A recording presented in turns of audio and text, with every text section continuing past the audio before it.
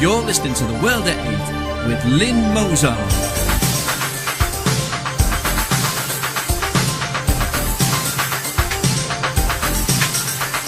The World at 8, the number one in nationalist news. Highlights of the news today, Monday the 3rd of December. Drunk asylum seeker gets jail after killing Newcastle University model. Man charged with terror offences. Conservative council leader and his wife shot dead. Over 450 jobs in Scotland and Essex saved. John Puxty on the life of Geoffrey Chaucer. Greece to buy some of its bonds back.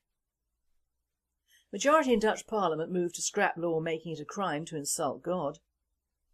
Sex offenders free to father children from behind bars. Nigerian Christians killed by Islamic militants. Thought for the day, the Ahmadiyya Foundation revealed. And finally, blind man's buff.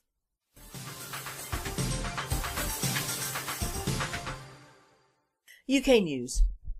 The bright future of beautiful model Rebecca Kane, who was aged just 20 years old, was suddenly put to an end by an asylum seeker. Zimbabwean father of two, Museka, 31, from Clayton, Greater Manchester, had drunk cans of lager and rum and Red Bull. He was over twice the legal drink-drive limit. He was driving his car on the wrong side of the eastbound carriageway of the M62, not far from Rochdale. He had ignored no entry signs before driving into oncoming traffic. Museka collided head-on at 70 miles per hour with the car in which Rebecca was the passenger.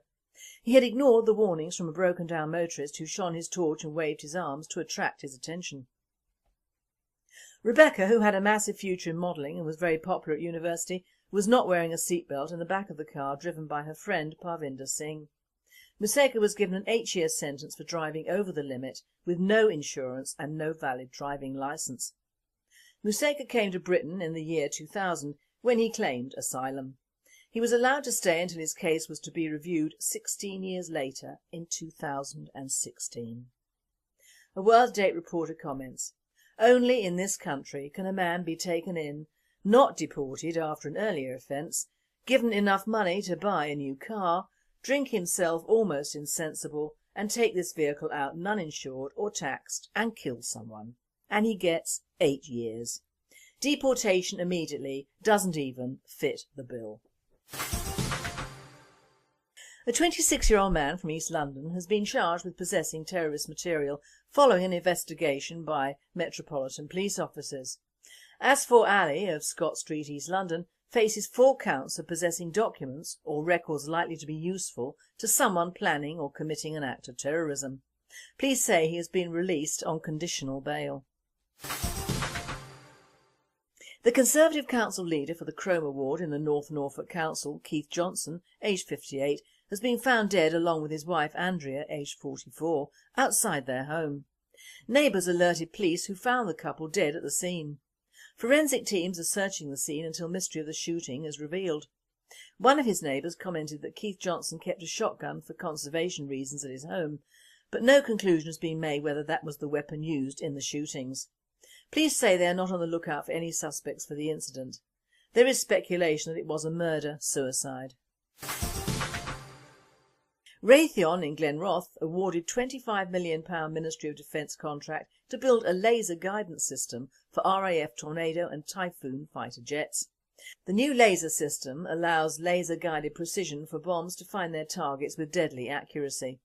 More than 300 workers at Raytheon in Glenroth and 150 at the Harlow, Essex plant will be building the new system. Iceland starts to recover from financial collapse. Iceland, who threw down the gauntlet at Europe when its thriving economy was ripped up by outside intervention, has paid back a large portion of what it owes to the Scottish local authority investors. Many Scots worried their money had been washed down the drain by their council's gambles when the banking system in Iceland totally collapsed around 4 years ago. £47 million has been returned so far. I now hand you over to John Puxty for his talk on the life of Geoffrey Chaucer. Geoffrey Chaucer, author, poet, philosopher, bureaucrat, diplomat. There can be few literary figures in England's history that has had such a great influence on us as Chaucer, while living such an eventful life in his own time. Chaucer was born in London in 1343 to a family of vintners. His mother came from a family of moneyers who made the silver pennies issued by the crown as state currency. At the age of 14 he became a page to Elizabeth de Burgh, Countess of Ulster, who was married to the Duke of Clarence, the second son of King Edward III. Geoffrey walked into court life where throughout his life he worked as a courtier, diplomat and civil servant. In 1359 Edward III invaded France. Geoffrey was captured and held to ransom in 1360 during the siege of Rheims.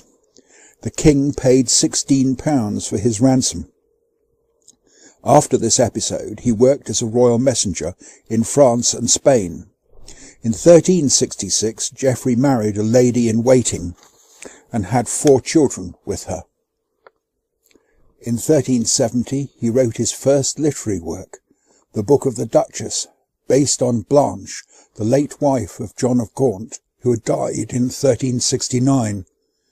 Geoffrey visited Genoa and Florence in 1373, where he was introduced to medieval Italian poetry, the stories and styles he would use later in works like the Canterbury Tales. A year or two later, Richard II sent Geoffrey to find Sir John Hawkwood, who was leading the White Company of mercenaries near Milan. It was Hawkwood on whom the knight in the Canterbury Tales was based. In 1374, Edward III awarded Chaucer a gallon of wine a day in recognition of his literary achievements, on St. George's Day, the day artists are traditionally rewarded for their work. Chaucer went on to become a Member of Parliament, and in 1394 Richard II awarded him an annual pension of £20. In 1400 Chaucer died. So ended an eventful life, the fruits of which we have to this day in works like the Canterbury Tales. Thank you very much, John.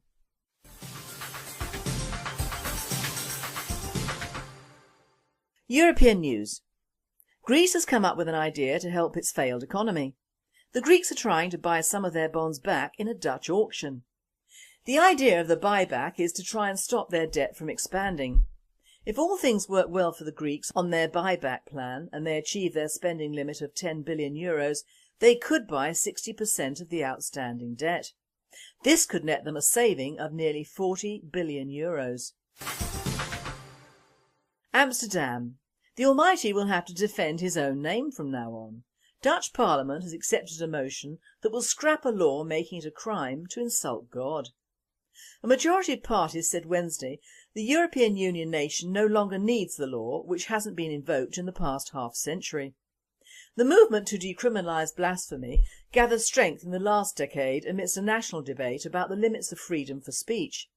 The climax came in the 2011 trial of far-right politician Geert Wilders, when judges ruled he had the right to criticise Islam even if his opinions were insulting to many Muslims. It still remains illegal under Dutch law to insult police officers or Queen Beatrix, the country's monarch. French banking governor shakes his little fist at Britain. French banking governor Christian Noyer said that London should not be the financial hub of Europe. He explained that London is offshore to Europe and that the 17-nation bloc would be better off if the hub was brought closer to mainland Europe.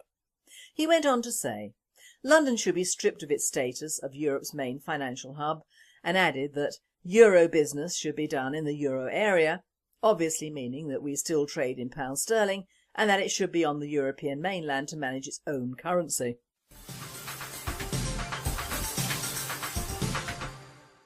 World news. Imprisoned sex offenders are free to have conjugal visits in a handful of US states, including New York and New Mexico, where one convicted killer and rapist has married twice and fathered 4 children from behind bars. Exasperated lawmakers told FoxNews.com that letting sex offenders, including violent rapists and child predators, have intimate contact with visitors while serving their sentences sends the wrong message. But they said they doubt anything can be done about it. I think it's ridiculous that this is done on public property. Why should there be a reward system like this? The Assembly would never vote on something they feel would hurt an inmate, a spokesperson said. English immigrant Lynne Bell, currently residing in Madison, Georgia, has received a deportation order, effective on her 21st birthday on January the 28th, 2013. Lynne was brought to the US 9 years ago by her parents. She has resided in Madison since 2003. She has graduated from high school and is now a junior in college. Wait a minute, isn't Lynne covered by President Obama's unilaterally declared unconstitutional Deferred Action of Childhood Arrivals, DACA?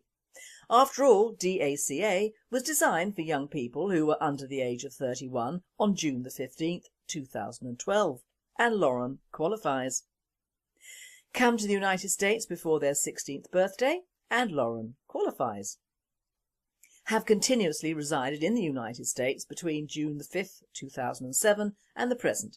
Lynne has been in the US since 2003. Are currently in school, graduated from high school. Check. Have not been convicted of a felony or a significant misdemeanor or 3 or more other misdemeanors, and who do not otherwise pose a threat to national security or public safety. Check again. So what's the problem? Why isn't Lynne Bell covered by DACA? Well, here's the ridiculous reason. DACA is for young people who had no valid immigration status on June the 15th, 2012. A World Date writer states, in plain English, it means they must be illegal aliens. Islamabad. The Independent Monitoring Board, IMB, of the Global Polio Eradication Initiative, GPEI, has recommended the imposition of international travel restrictions on every child or adult travelling out of polio-endemic Pakistan, Afghanistan and Nigeria, so they do not carry the risk of polio with them to imperil the hard-earned status of countries that are now free of that crippling virus. No country should allow a citizen from any endemic polio state to cross their border without a valid vaccination certificate, recommends the 6th IMB report, which has just been released. Except, of course, the UK and the rest of the mugs in Europe, and don't we just take them all in? Israeli newspaper Hadrat has reported that ambassadors from France and UK could be recalled over disagreements with plans to build over 3,000 new homes on Palestinian land in Arab East Jerusalem for Israelis. Other countries like Germany have expressed anger at the Israelis for planning a move that could jeopardise any peace agreement between Israel and Palestine. UN Secretary Ban Ki-moon has also warned of a disaster in the process of peace. The United Nations have voted 138 to 9 against the building of the settlement, with around 40 abstentions, and no-shows tallying to just 5. Those voting in favour of Israeli plans included Israel, the United States and Canada, alongside islands which were former US colonies.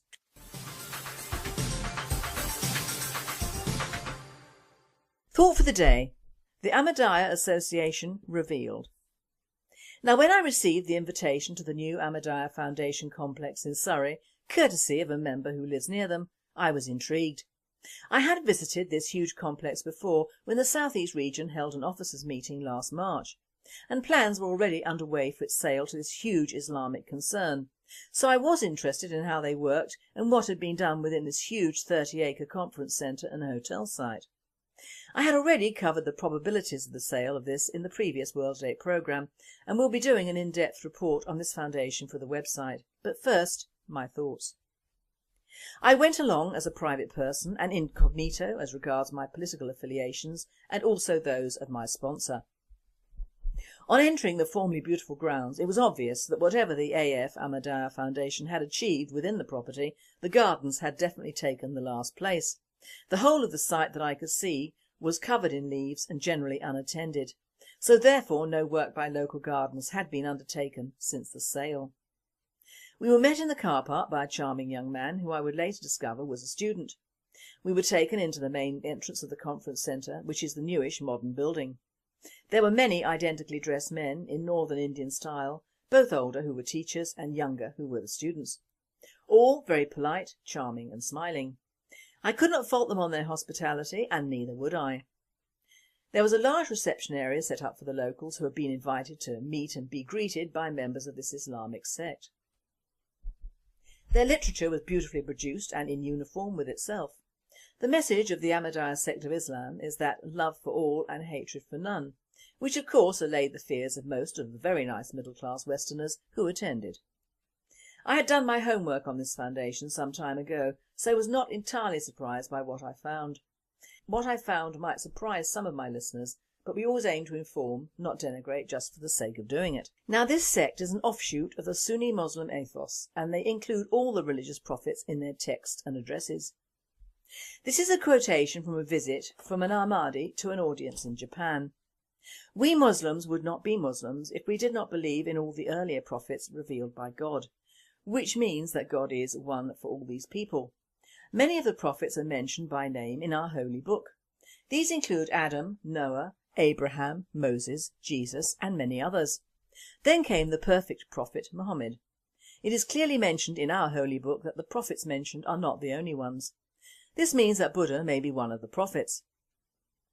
It is generally speaking only in Ahmadiyya literature that figures like Buddha or Krishna are specifically considered as being prophets. The Sheikh no doubt mentioned Buddha's name because he was addressing the people of Japan.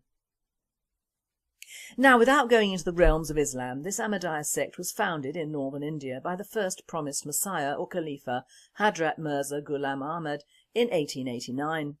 The fifth reformer, Messiah or Khalifa, Hadrat Mirza Ahmad, was elected in 2003. He looks a very nice, benevolent gentleman, but as we know, I am not in favour of peacemakers per se. They are very rarely what they seem. However, this Khalifa has been busy endearing himself and his organisation to the Lovies in London, which is where they moved from as they outgrew their previous pitch in outer London, which still house their large mosque and offices. However, the Jamia Ahmadiyya UK in Hindhead is the flagship of that sect over here. During my visit I was escorted through the main living accommodation, which is comprised of the original meeting halls. This is not a madrasa as I first thought. It is a religious ceremony for young Muslim men who, after staying and being further educated for 7 years, are told to go to one of the many centres of the world to convert and inform.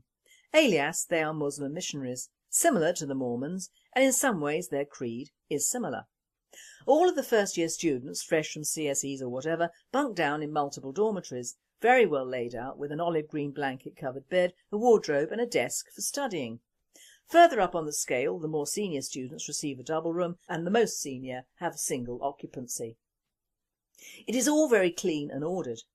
Do not be fooled. Behind this is a studied approach to Western predilections and preferences. I am not suggesting that everything is done for an audience, but I believe much of their approach to us is.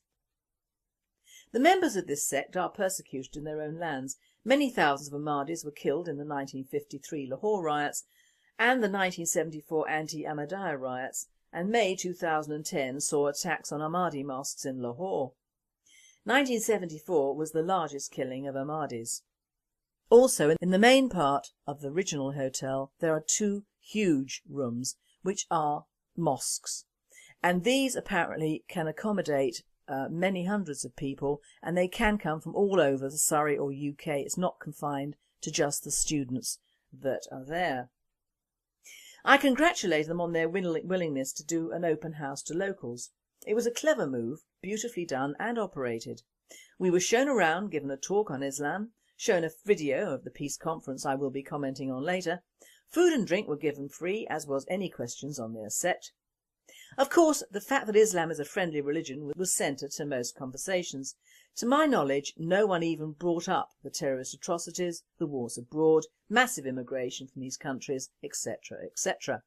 There is a time and a place, and that was not it. But I will say that we in the British National Party should take a leaf out of their book. They are dedicated and selfless, unlike many of our members who throw their toys out of the pram of a whim. They hold the hive mentality, which some of our people have difficulty in even towing the party line, and most important of all, they are organised on a scale which beggars belief. And I mean administration organised and communications organised. Their whole purpose is a giant public relations show, and to do that you must work hard and not leave any person or stone unturned. A lesson we nationalists should take on board. Look after the little people and the big people follow. The fifth Khalifa, as I have already said, is a benevolent looking old gentleman, and like the literature given out, harps on the constant area of peace and love. During the 9th annual Peace Symposium, held in March this year by the Ahmadiyya Foundation, the party list was boosted by a plethora of our own liberal lovies swanning around in headscarves and virtually skimming the ground with holy thoughts. I do not denigrate another person's religion ever, but I am taken aback at the way in which the British establishment have taken to this particular form of Islam. It could be that the approach of the Ahmadi sect is very clever, and it is clued into the Western religions and our fears. As I said before, they include all the religious icons of everyone, which is a win-win situation. Thus, no one feels threatened or left out. This is prime move 1. Prime move 2 is condemning nuclear war as wicked, or as the heading of the article in the huge leaflet given out on the Peace Symposium states, the devastating consequences of a nuclear war and the critical need for absolute justice. All embracing and very ambiguous. Now I'm cynical here, because only a Looney Tune of the highest order actually wants a nuclear holocaust, and I'm including Ahmadinejad here, so it seems unclear why this 7-page speech was used to draw the so-called biggest and best into its lair. Boris Johnson, the Honourable Ed Davey, Siobhan McDonough, Stephen Hammond, Dame Mary Richardson, Lord Avebury and more perfected toadying to a degree previously not seen even in the UK. They all jumped on this particular bandwagon. So the Open Day and this Peace Symposium all follow a pattern that has been well honed in the last 123 years, that of all inclusivity. Let's face it, that appeals to most people, and combine it with order, openness to all faiths and peace, and you have a winner for the most part. However, I for one do not believe it. This sect has been empowered by a particular series of events, much like that of the Mormons and Jesus arriving in America.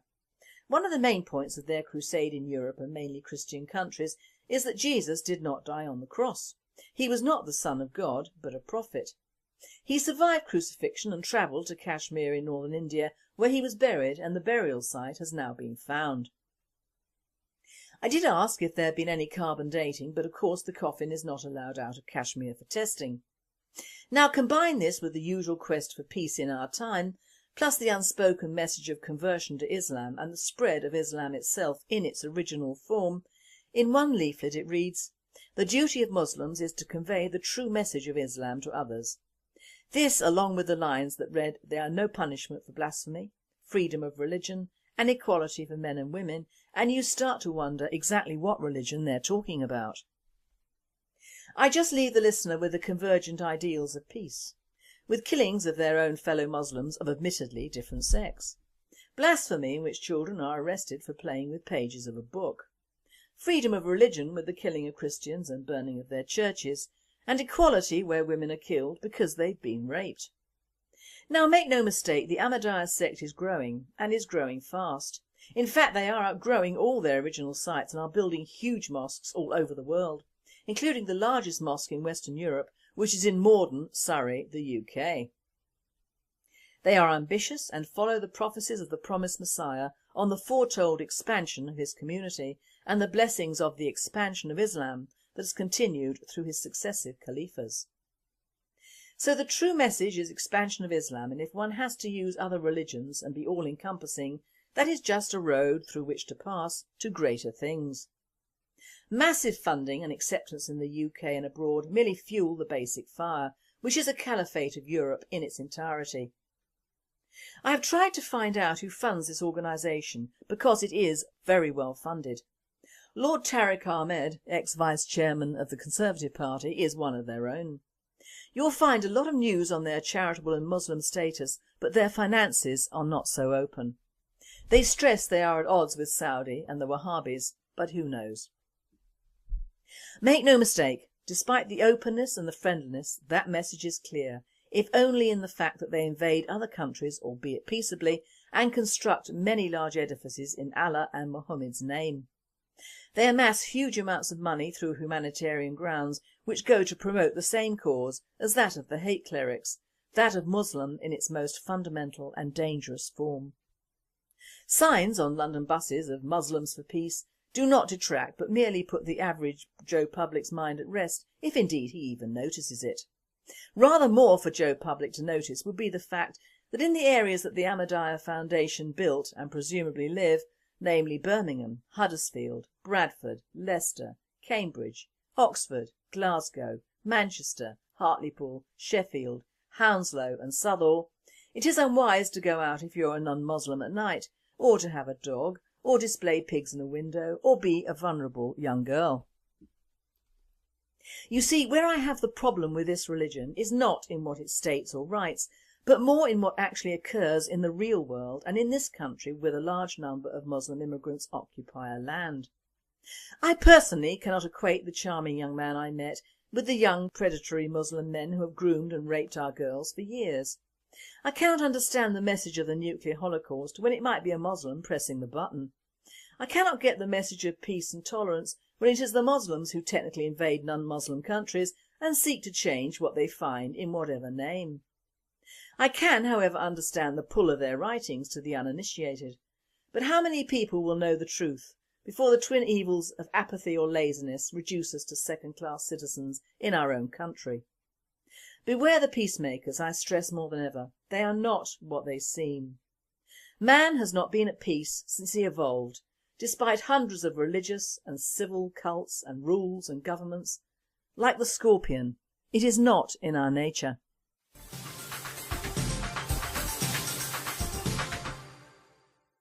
And finally, a fake blind man in Modena, Italy faces jail time for falsely claiming disability benefits after he was caught playing cards on camera. The pensioner from the northern town of Vignola has claimed €1,000 a month for his fake condition since 2005, police said. Police also caught him walking around the town without a cane or a seeing-eye dog. Prosecutors seized a total of €92,000 from the man's bank accounts. He faces up to 5 years in jail if convicted. You have been listening to The World at 8. I am Lynne and I wish you all a very good night. Driving into oncoming traffic. Mirza collided head-on at 70 miles per hour with the car in which Rebecca was the passenger. He had ignored the warnings from a broken-down motorist who shone his torch and waved his arms to attract his attention. Rebecca, who had a massive future in modelling and was very popular at university, was not wearing a seatbelt in the back of the car driven by her friend Parvinder Singh. Mirza was given an 8-year sentence for driving over the limit with no insurance and no valid driving licence. Mirza came to Britain in the year 2000 when he claimed asylum. He was allowed to stay.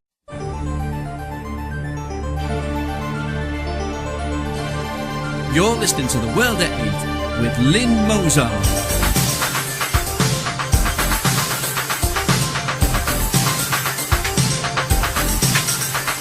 The World at 8, the number one in nationalist news.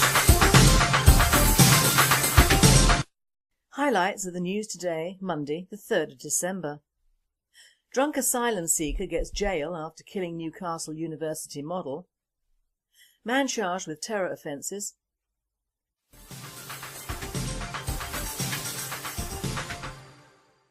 UK News. The bright future of beautiful model Rebecca Kane, who was aged just 20 years old, was suddenly put to an end by an asylum seeker. Zimbabwean father of two, Mirza, 31, from Clayton, Greater Manchester, had drunk cans of lager and rum and Red Bull. He was over twice the legal drink-drive limit. He was driving his car on the wrong side of the eastbound carriageway of the M62, not far from Rochdale. He had ignored no entry signs before driving until his case was to be reviewed 16 years later in 2016. A World Date reporter comments, "Only in this country can a man be taken in, not deported after an earlier offence, given enough money to buy a new car, drink himself almost insensible and take this vehicle out non-insured or taxed and kill someone. And he gets 8 years. Deportation immediately doesn't even fit the bill." A 26-year-old man from East London has been charged with possessing terrorist material. Conservative council leader and his wife shot dead. Over 450 jobs in Scotland and Essex saved. John Puxty on the life of Geoffrey Chaucer. Greece to buy some of its bonds back. Majority in Dutch Parliament moved to scrap law making it a crime to insult God. Sex offenders free to father children from behind bars. Nigerian Christians killed by Islamic militants. Thought for the day, the Ahmadiyya Foundation revealed. And finally, blind man's buff.